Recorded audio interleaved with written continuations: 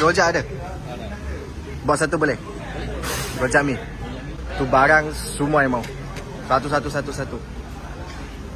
Itu apa? Telur. Oh, Ini telur. cucu udang. Okey. Okey. Potong. Okey. Sikit. Fish cake. Tepung udang. Apa? Tepung udang. Tepung udang. Okey. Tahu satu. Kentang. Paru ada? Ada baru. Paru. Baru ada. Ini kosongnya.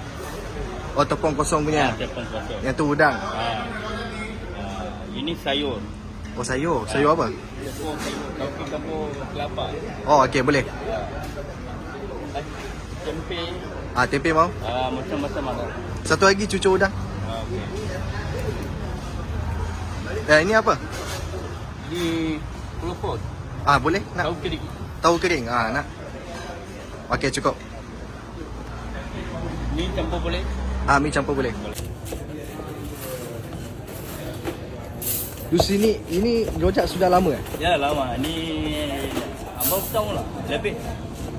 Tu 74 tahun 74. Ya. 50 tahun sudah. Ya.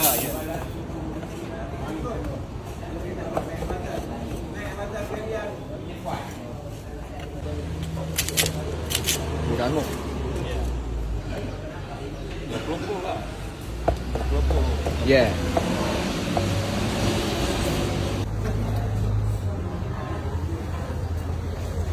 Pekat eh. Banyak pekat.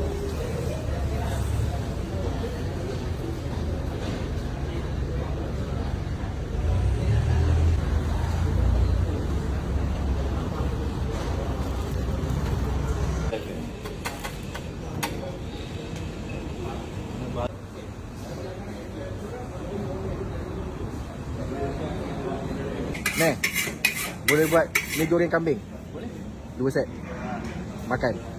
Okey.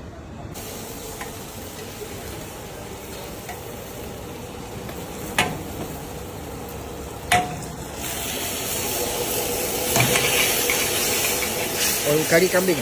Ya.